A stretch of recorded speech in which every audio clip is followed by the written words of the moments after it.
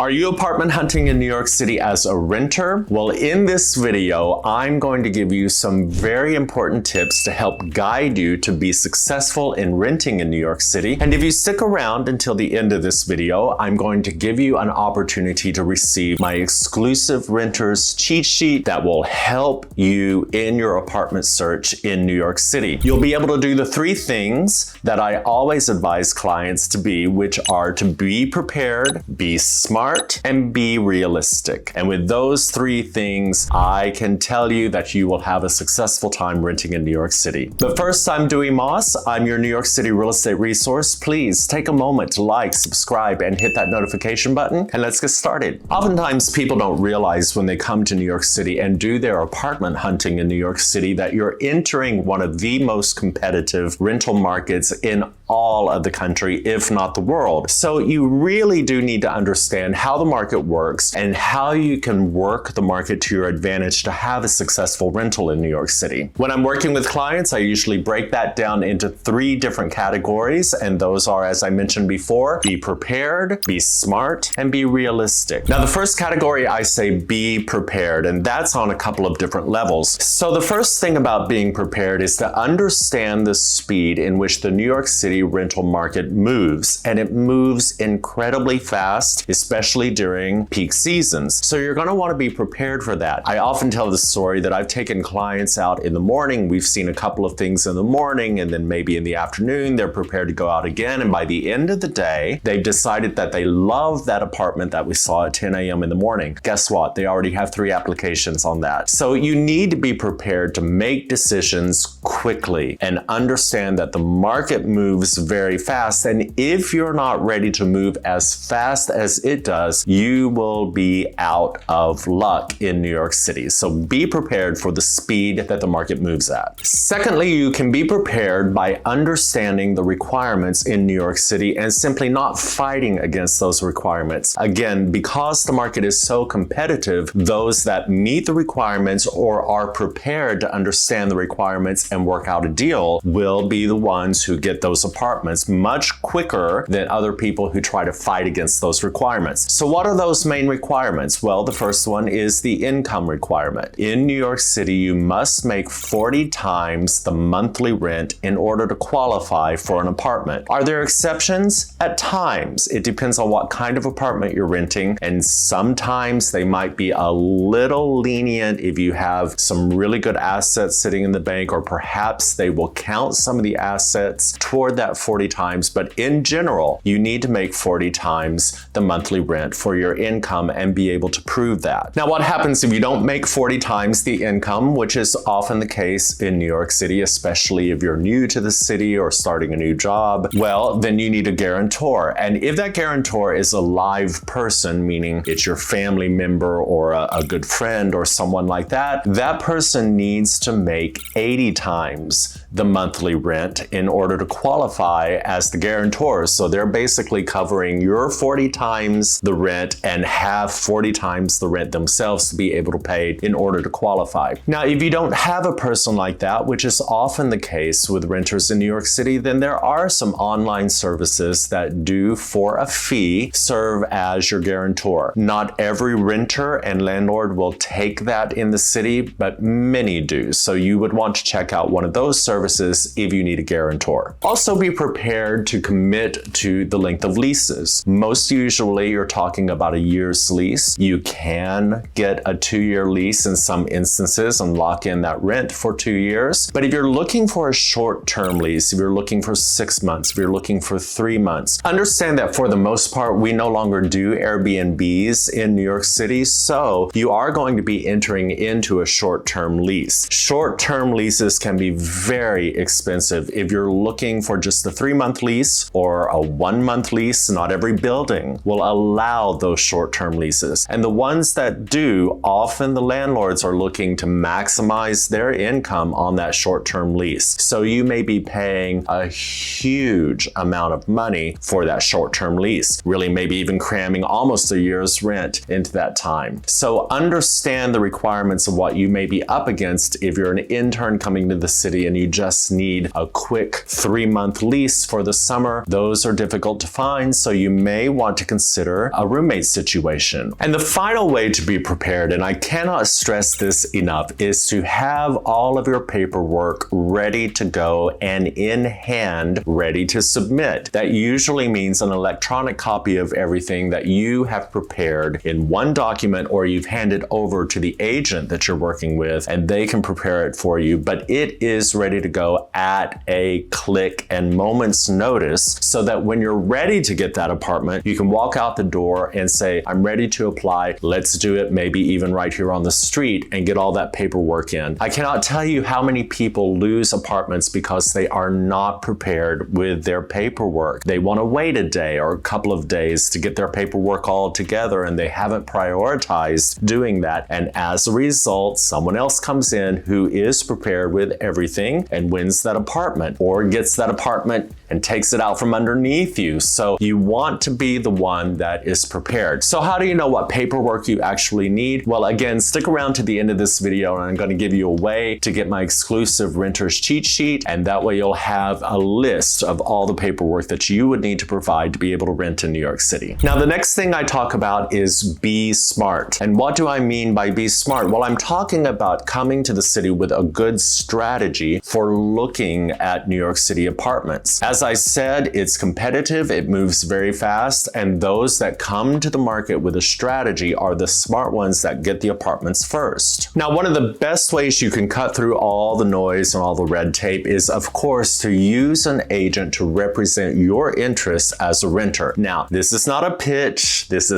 Trust me, it's not a pitch, because a lot of people do come to New York City and rent on their own, but there are some hurdles to get over, and of course, usually those who are using an agent will have an advantage. Now, a couple of more things about being smart when you're renting in New York City is, number one, know the seasons of rentals. So what do I mean by that? Well, there are some peak seasons when rents are really, really high, and those are traditionally the summer months in New York City. And that brings me to point two. Know what can and cannot be negotiated according to those seasons and the market that you are in. Now, landlords understand that the summertime is a high turnover period, right? We have lots of people who move to New York City for their first jobs. A lot of people move to New York City to attend school. There are a lot of leases that are expiring. So if the landlords can keep the leases expiring in the summer months, then that means there's a high level of competition, which means peak rents can be charged. Chances are you're not going to be able to negotiate here unless you are really looking at something that is a non-desirable unit. You're probably not going to be able to offer less rent. In fact, you may have to offer more than the asking rent. But otherwise, during those peak seasons, probably not going to get any kind of deal. Now, if you can rent in one of the off seasons, say in the winter months or the late fall months, early spring months, then we're talking about a different story. Some landlords may be actually offering incentives like 1 month's free rent or even 2 months free rent. You need to look for those kinds of deals, and certainly you may be able to negotiate your rent. Now, what is a reasonable negotiation? You'll hear lots of different stories, but on the whole, you really can't expect to negotiate more than maybe $50 or $100 off of your rent, unless it's a very difficult unit that has been sitting on the market for many, many months. Then maybe you can go a little higher. But understanding what can be negotiated according to when you're looking, what period of time you're looking, is part of being smart in the rental market in New York City. Now, the third category I talk about is be realistic. And this is the tough one. It's the tough one for everyone coming to the New York City market. Even if you're buying in the New York City market, trust me, you're always going to have to make compromises. You may luck out and get a unit that checks every box and you're perfectly happy. But more times than not, there are compromises that are going to have to be made in order for you to get something. So when I say be realistic, know what your budget is, know what you're willing to spend, and come to the table with that. Understand what kind of apartments that will get you in what kind of neighborhoods. And this requires a lot of research on your behalf, or you're going to be working with an agent that's going to represent at you that can guide you to different neighborhoods and can guide you to different price points. Trust me on this when I say that $5,000 in the West Village will get you something immensely different than $5,000 at the top of Manhattan. Those are two different markets, and from neighborhood to neighborhood, the markets are very different. And there may be some subtle differences as well. You may be looking in the West Village, and for $5,000 or $6,000, you can only get a walk-up studio. But in Chelsea, just one neighborhood away, you may be able to get an elevator building. And if that's important to you, then you need to be understanding that those are the kinds of compromises that you would need. You also should have a very realistic must-have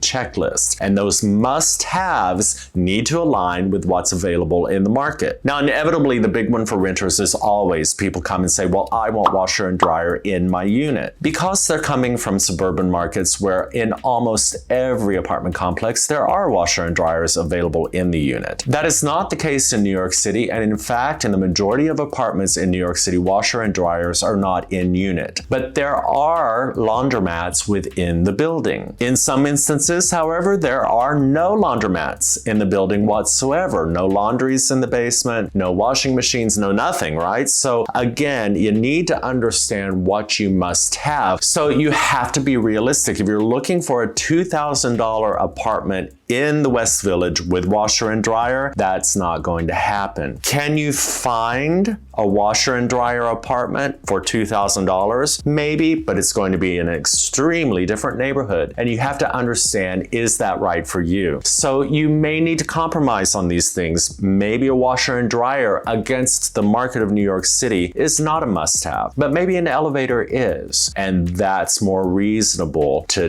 demand whenever you're looking for that rental in New York City. And if you can be realistic about the neighborhoods against price points, and what does that mean? Well, as I mentioned earlier, your top choice may be to live in the West Village, but the West Village just may be out of your price range and doesn't meet the criteria that you're looking for. So you may need to look at some of the surrounding areas. Perhaps you go up to Chelsea. Perhaps you go over to the East Side and see what's in the East Village. You need to be open to different neighborhoods to be as successful as possible. Now, with that said, if you come to New York City and you absolutely want to live in the West Village, or you want to live in Soho, or you want to live in one of the really trendy neighborhoods, that is great. You have to understand and be very realistic about the price point that you're going to be paying to live in those neighborhoods, and or understand what the trade-off is for a less expensive unit. And what does that mean? Well, that means that what a one-bedroom costs in Chelsea may actually be a small studio in Soho. And are you willing to do that? Are you willing to look at some of the other areas of Manhattan, maybe Upper East or Upper Manhattan on the West Side? Are you willing to look out in the boroughs, maybe a little further out in Brooklyn or Queens? There are lots of ways that you can meet your criteria, meet your price point, as long as you are flexible and you can understand that there are going to be compromises to find that perfect rental for you. Now, as I promised, if you stuck around to the end of this video, thank you for doing so, and I'm going to give you access to my exclusive renter's cheat sheet. Please leave a comment below saying that you'd love to have that, and take a look at this link right here on the screen, and that's where you can find the cheat sheet. It has some additional information as well as summarizing all the information that I've given you in this video. You will have access to understanding exactly what paperwork you would need. You'll have some more financial examples, so it's a very worthwhile document to have, and I encourage you to use it. Again, I'm Dewey Moss. I'm your New York City real estate resource. Please, again, take a moment to like, subscribe, and hit that notification button. I hope this video was helpful, and I'll see you next time.